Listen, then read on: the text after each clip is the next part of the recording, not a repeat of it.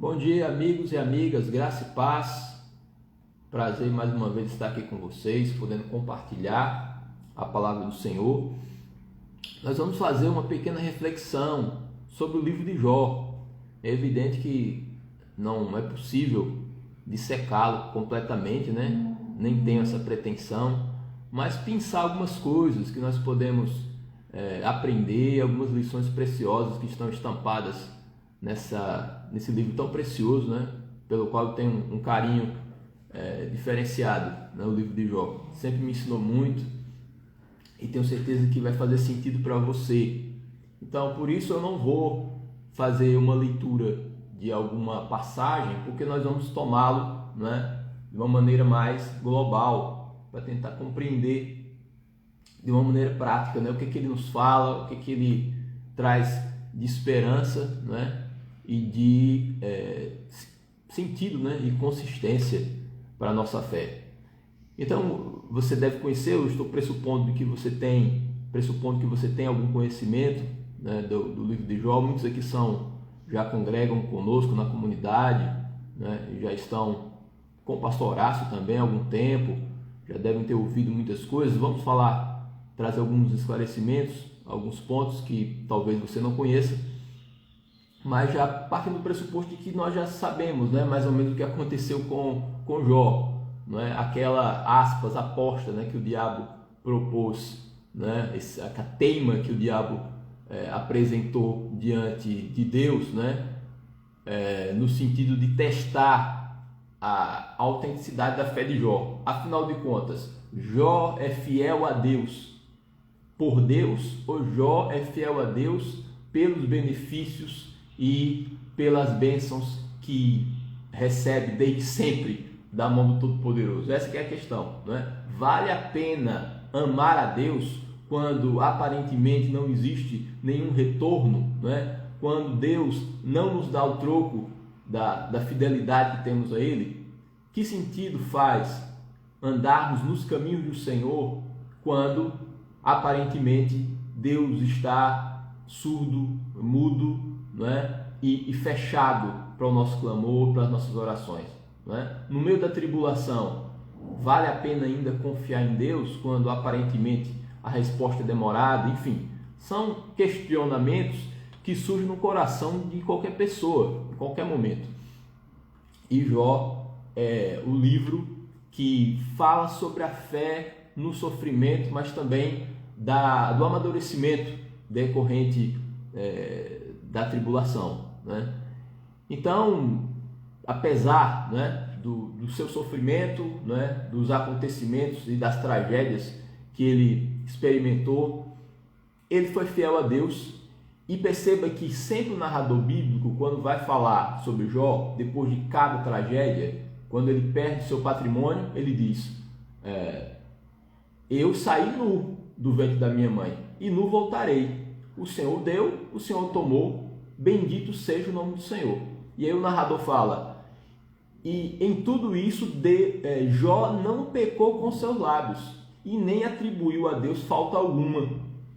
Quando ele foi atingido na sua pele, no seu corpo, na sua saúde, e aí a mulher de Jó sugeriu: olha, deixa esse Deus para lá, amaldiçoa esse teu Deus e morre.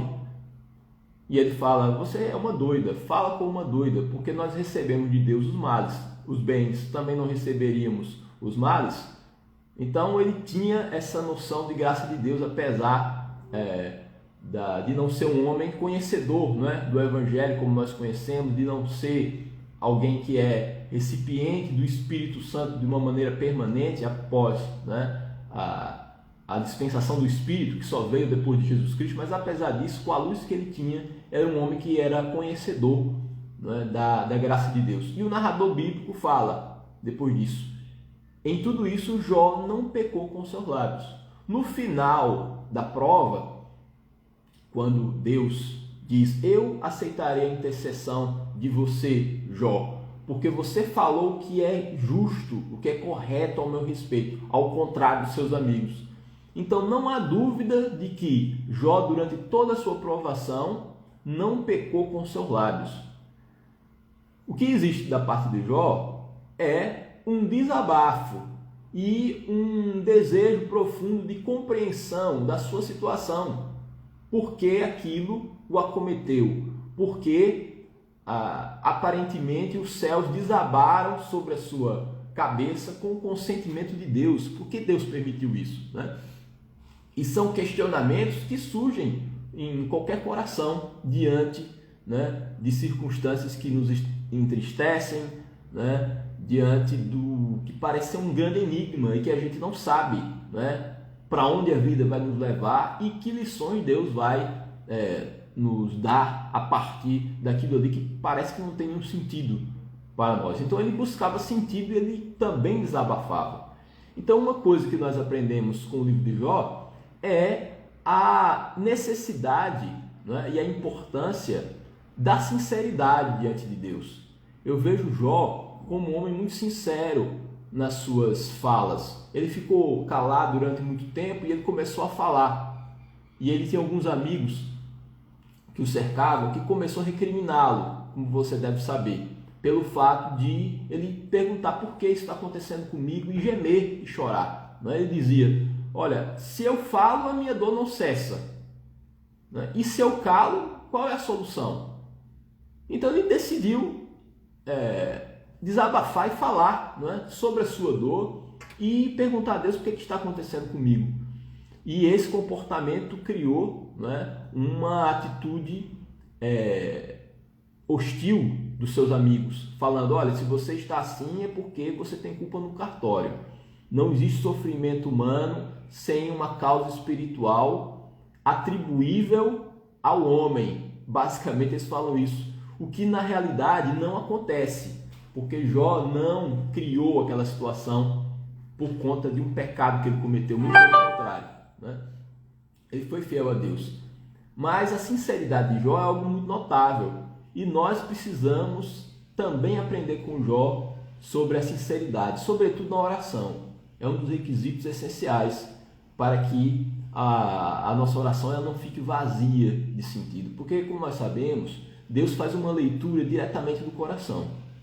Então, qualquer que sejam as nossas palavras, elas não são filtros para Deus. Nós utilizamos as palavras como filtro diante dos homens. Nós podemos tentar utilizar expressões mais suaves, sermos politicamente corretos diante dos homens, e isso é bom que sejamos prudentes no uso das palavras, Mas se você diz que diante de Deus que está mais ou menos, e Deus sabe que no seu coração está insuportável, isso não vai funcionar para convencer Deus do contrário. Enfim, tudo que nós vivenciamos na presença de Deus precisa ser expressado de uma maneira sempre sincera. Isso é muito terapêutico para a nossa alma, para o nosso coração. Eu falo isso também, apesar das minhas limitações, por experiência própria, porque sempre é muito bom a gente chorar aos pés do Senhor, Quando nós fazemos exatamente como Jesus nos manda, quando entramos no nosso quarto, trancamos a nossa porta e o nosso Pai que vem em secreto nos recompensa. Quando nós não nos furtamos, a colocar e a rasgar o nosso coração, e nos expormos completamente no altar de Deus, nos desnudarmos, Isso é muito bom, orar diante de Deus com sinceridade de coração, trazer a Ele tudo que está na nossa vida, fazer aquele relato diante de Deus, com o máximo de sinceridade. Isso é muito importante, porque é muito ruim quando a religião nos ensina a burocratizar esse relacionamento com Deus, quando existe uma mediação de palavras politicamente corretas, ou pior, religiosamente corretas para falar com Deus, quando nós podemos ser sinceros. Isso não é uma questão de perder a reverência, mas de fato apresentar o que Deus já conhece desde sempre. Isso é muito importante. Eu lembro aqui de Jesus, na cruz do Calvário, quando ele foi crucificado e nos momentos finais, antes de expirar, ele cita um salmo, que é o Salmo 22. Ele fala: Deus meu, por que me desamparaste? E é um salmo triste, porque o salmista Claro que ele está também um salmo profético, se reportando, né, ao sofrimento do Messias que viria, né, e essa palavra se cumpre quando Jesus agoniza na cruz. Mas ao mesmo tempo, quando o salmista compôs o Salmo 22, ele também falava de um sentimento do seu próprio coração, que também serviu de base profética, né, para Jesus, centenas de anos depois. Mas ele falava sobre ele. Ele dizia: Senhor, por que o Senhor me desamparou? E Jesus utiliza essas palavras com sinceridade, não por desconhecimento da sua missão, obviamente. Jesus, ele sabia que quando ele fosse crucificado e no cumprimento da sua missão, o pecado do mundo incidiria sobre o seu corpo, sobre a sua vida, e ele se tornaria anátema e maldito de Deus, porque está escrito: maldito aquele que for pendurado no madeiro. Então Jesus, ele não desconhecia essa realidade espiritual, mas ele estava expressando, né, um sentimento: Senhor, por que me desamparaste? Não faria sentido Jesus na cruz citar o Salmo 150. Louvai ao Senhor com símbolos sonoros, com adufes, com danças, com saltério, com harpa. Aleluia! Não faria sentido, né, considerando a sua agonia. Mas ele trata, né, ele se relaciona com Deus, Jesus na cruz, com a sinceridade de expor o seu sentimento. Eu acho muito importante nós conservarmos esse hábito, né, de nos expormos completamente diante do Senhor, sem nenhuma tentativa de colocação de filtros. Isso é muito bom e é bom para a nossa alma. Eu lembro também aqui do livro de 2 Coríntios, que 2 Coríntios é uma carta muito bonita, porque mostra um Paulo muito sentimental, um Paulo que fala das suas dores, das suas lutas, mas também das suas alegrias. E aí no iniciozinho da carta, no capítulo 1, ele diz o seguinte, isso endereçando a sua carta para a igreja, né, de Corinto. Ele não tem nenhuma vergonha de dizer isso. Ele fala: olha, a tribulação que nos sobreveio na Ásia, ela foi tão grande que nós desesperamos da própria vida. Então Paulo não teve nenhum receio, né, e nenhum pudor de falar que ele, Paulo, grande apóstolo, aquele que efetuava grandes sinais, né, por meio da sua vida, era um instrumento poderoso diante de Deus, que ele sentiu realmente, teve um sentimento de desespero na Ásia, pelo tamanho da tribulação que lhe sobreveio. E isso é sinceridade diante de Deus, né? É de não querer bancar o super-homem e nem bancar uma espiritualidade que nós não temos. Então Jó, ele segue nessa linha, né? Nessa tradição de se colocar diante de Deus sempre verdadeiro. Isso é muito importante para mim e para você, né? Sobretudo na nossa relação com Deus em oração, mas também diante das pessoas. É claro que é preciso ter, não é, uma certa seletividade, porque algumas pessoas não têm maturidade para ouvir tudo, não é, e expor, não é, e ouvir a exposição, né, está diante do nosso coração, né, das coisas mais íntimas, dos tesouros dos nossos corações. Mas é importante também que, diante das pessoas confiáveis, dos nossos amigos, possamos também ter gente que ombro a ombro, né, vai estar com a gente, nos apoiando, orando por nós. E isso é espiritualidade, né? A confissão também dos nossos erros, né, a ajuda, coisa que Jó não teve naquele momento, porque eram amigos que resolveram trilhar, né, o caminho da acusação, né, de atribuir falta a Jó pelo fato de ele sofrer. E o livro de Jó desvincula, né, o sofrimento do pecado, ou seja, não necessariamente, pelo menos, o sofrimento é uma decorrência do pecado. E na cabeça dos amigos de Jó, isso era algo inafastável, né? Se já estava acontecendo mal, é porque Jó cometeu pecado contra Deus, e não foi a questão. Então isso também nos ajuda a termos um olhar mais generoso em relação às pessoas, né? E não julgá-las, mas sim verificar o quanto de solução nós podemos trazer, inclusive em oração para as pessoas, né? Então é importante nós termos essa essa postura, né? Outra coisa também que o livro de Jó nos ensina é essa relação mais madura, né, com o conceito de graça de Deus. Porque quando o sofrimento nos acomete, né, parece que nós somos de alguma maneira credores de Deus. E isso é muito ruim e evidencia uma certa infantilidade espiritual, né? Sabemos muito bem que o favor é imerecido. Portanto, se o bem nos falta, nós não seremos devedores e nem cobraremos essa nota promissória e colocar Deus contra a parede pelo fato dele ter deixado de nos abençoar segundo a nossa lógica, né? Então, o fato de vivermos, né, o fato de existirmos já é graça de Deus. Então, o que vem além disso, da salvação em Cristo Jesus, é muito importante nós termos essa percepção, né? Na verdade, um acréscimo de graça de Deus, né? É um brinde a mais de amor de Deus na nossa vida. E Jó tem essa percepção. Deus deu, Deus tomou. Recebemos de Deus os bens. Por que nós não receberíamos os males? Por que Deus seria injusto pelo fato de permitir que o que eu não quero e o que me desagrada ocorra?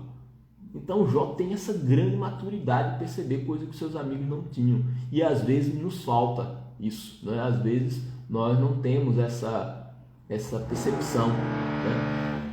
Uma coisa também interessante de Jó é que ele foi usado por Deus, apesar de, diante dos homens, estar completamente desqualificado. Isso no finalzinho você percebe, né? Quando Deus pede para que Jó interceda pelos seus amigos. Jó, interceda pelos seus amigos porque eu vou receber a sua oração, né? O que aparentemente é algo, um contrassenso, né? Porque como ele, Jó, doente, pobre e totalmente desgraçado, né? E aparentemente esquecido por Deus, tem o cacife de interceder por alguém, né? Então, isso também acontece na nossa vida, mesmo que estejamos passando por situações difíceis, né? Mesmo que aparentemente a nossa vida não seja uma vitrine maravilhosa diante dos homens, a não ser que seja questão relacionada ao pecado, né? Porque aí Deus não comunga, né, com a iniquidade. Mas os sofrimentos que independem, né, da nossa firmeza de caráter diante de Deus e das Escrituras, isso não pode ser um impedimento. Eu lembro muito bem que o pastor Horácio falou no último domingo, e ele às vezes fala isso, né, de pessoas que são, né, recriminadas, obreiros, até pastores, pelo fato de os seus filhos não estarem completamente alinhados, né, à palavra de Deus, por decidirem enveredar por caminhos outros que não aquele do Evangelho. E aí existe uma cobrança, né, e aí você tem que culpar o obreiro, o homem de Deus, a mulher de Deus, pelo fato de os filhos terem uma opção. São indivíduos, são pessoas, têm escolha. Mesmo a palavra de Deus dizendo que nós devemos ensinar os nossos filhos o caminho que ele deve andar, e quando se tornar velho não se desviará dele, né? Isso não significa que não sejam indivíduos dotados de escolha, de capacidade, de discernimento, né? E de optar. E a opção, a liberdade de opção, obviamente, ela engloba as opções boas, as medianas e as ruins. E nós não temos controle sobre isso, ainda que sejam, né, um casal de Deus. Então isso não pode ser cobrado. E nem por isso deixarão de ser gente usada por Deus, gente aprovada por Deus, instrumento diante de Deus, né? Então isso é importante, saber que apesar das lutas que podemos ter na nossa casa, apesar de situações que ainda precisam ser solucionadas, né, e que não dizem respeito ao pecado, mas outras para as quais às vezes nós não temos forças, né, para resolver, ainda assim nós podemos ser usados e sermos uma bênção. Isso é muito importante, né, nós entendermos. E outra questão também, né, e aí retomando o que a gente estava falando no início, é que Jó era um homem em busca de respostas, né, e boa parte da sua angústia decorreu desse silêncio de Deus que ele experimentou, né? Até que Deus se apresenta, e aí o grande, né, o final feliz de Jó não é quando o seu patrimônio é restaurado ou quando Deus lhe dá uma nova família. Aquilo ali é só cerejinho do sundae, porque o mais importante está no início de Jó 42, quando ele diz: antes eu ouvi o Senhor, conheci o Senhor e ouvi falar, mas agora os meus olhos te veem e eu me arrependo no pó e na cinza. Então o conhecimento de Deus foi o grande prêmio de Jó, a grande recompensa depois da tribulação, na situação que o colocou nos braços do Pai. Ele achava que conhecia Deus, mas ele passou a conhecer depois da tribulação, né? Então, e o mais interessante é que Deus também não explica. Você deve ter percebido isso. Deus não explica por que ele passou por aquilo. Ele não diz que o diabo apresentou uma aposta, uma teima, né, sobre a fidelidade. E isso basta, porque na realidade, para amadurecermos e para que possamos obter sabedoria, nós não precisamos saber de tudo. Nós precisamos saber o essencial. Então, a sabedoria não vem do conhecimento enciclopédico das coisas. Ela vem, né, do conhecimento do que é essencial e da prática do que é essencial. Então, assim que o Senhor vai nos edificar. Eu sei que às vezes eu e você temos perguntas, né? Eu sei que às vezes eu e você ficamos perplexos diante de certas situações.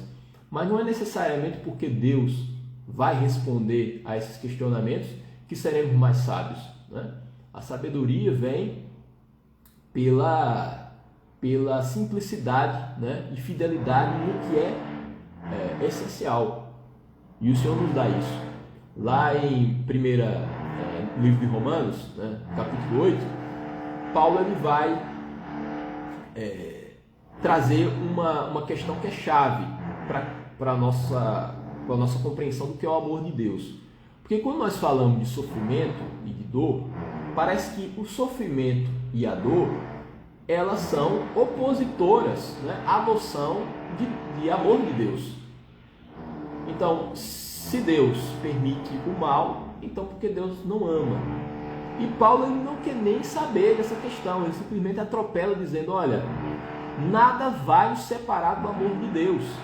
Seja a espada, seja a tribulação, seja a morte, seja a vida, seja o presente, seja o futuro ou qualquer coisa da criação, porque nada vai nos separar do amor de Deus. Ele está dizendo que a coexistência, né, do amor de Deus com sofrimento não faz com que a noção de amor de Deus seja algo vazio.